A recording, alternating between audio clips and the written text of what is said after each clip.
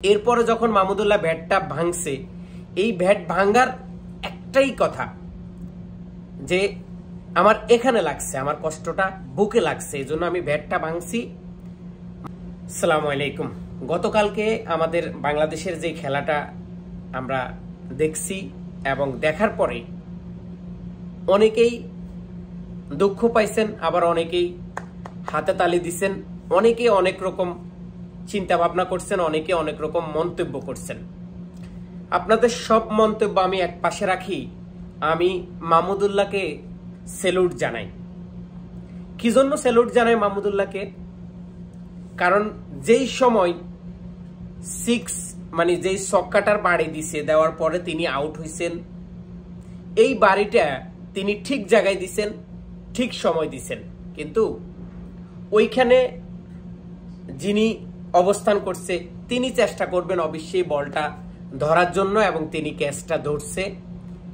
এখন মাহমুদুল্লাহ কিন্তু যখন বাড়িটা দিছে তখন তিনি একদম নিশ্চিত হয়ে গেছে যে এই বলটা 6 হবে, এবং আলহামদুলিল্লাহ আমরা জিতে গেছি, আমাদের ম্যাচটা জিতে গেছে। মাহমুদুল্লাহ কিন্তু স্বপ্নটা এইরকম চিন্তা ভাবনা করে তিনি কিন্তু বাড়িটা ঠিকই দিছে, কিন্তু বাড়িটা দেওয়ার পরে বলটা ওখানে পড়বে, ওখানে ক্যাচ হবে, এটা মাহমুদুল্লাহর মনে দিলে চিন্তা ছিল না, বা মনে দিলে তিনি কিন্তু ভাবে নাই। এরপরে যখন মাহমুদুল্লাহ ব্যাটটা ভাঙছে, এই ব্যাট ভাঙার একটাই কথা যে আমার এখানে লাগছে, আমার কষ্টটা বুকে লাগছে, এই জন্য আমি ব্যাটটা ভাঙছি।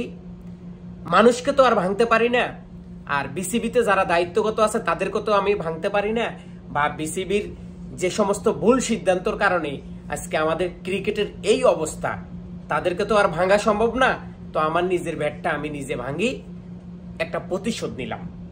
কারণ এত ভালো ভালো খেলোয়াড় থাকার পরও কেন এখন পর্যন্ত ওই সমস্ত মানুষদেরকে খেলানো হইতেছে, ওই সমস্ত মানুষদেরকে দলে রাখা হইতেছে, যেখানে 10 দিন রান না করার পরে একদিন করলে তাকে নিয়ে আবার হাততালি দেওয়া হয়, 10 দিন হারে যায়, একদিন জিতলে আমরা তাদেরকে নিয়ে মিছিল করি, মিটিং করি।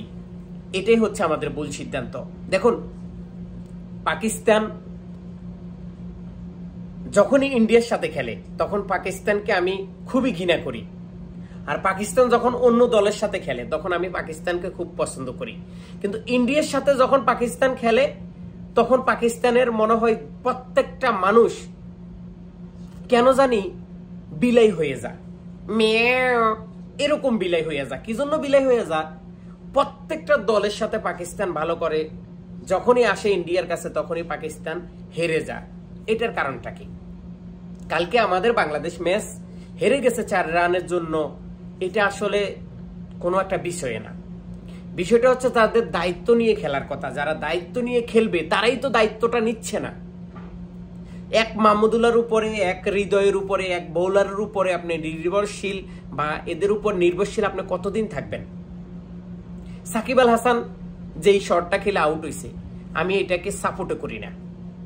তারপরে প্রথমে যারা ব্যাটিং করার কথা, দেখুন একটা জিনিস ভাবুন, যাদের ব্যাটিং, এই যে ক্রিকেটে 6 জন যদি ব্যাটসম্যান থাকে, 5 জন বোলার থাকে, বোলারের দায়িত্ব হচ্ছে অন্য দলকে কাবু করা, অন্য দলকে যত কম রানের মধ্যে আটকায় রাখা যায়, ততই আমাদের দেশের যারা ব্যাটসম্যান আছে তারা যেন এই রানটা সংগ্রহ করে আমাদেরকে জিতাইতে পারে।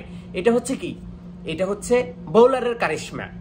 এখন ব্যাটসম্যান যদি ব্যাটসম্যানের দায়িত্ব না নিয়ে খেলে, তিনি যদি উঠে আর বাইরে আসে আর আউট হয়ে যা, ঘরে যা, বাইরে যাইতেছে, রোদে কষ্ট লাগতেছে, এসিতে যাই বসতে চাইতেছে, তাহলে বোলারে কি যারা বল করে তারা কি ব্যাটসম্যান হিসেবে দায়িত্ব নিয়ে এই দলটাকে জিতাইতে পারবে? এই দলটা জিতবে?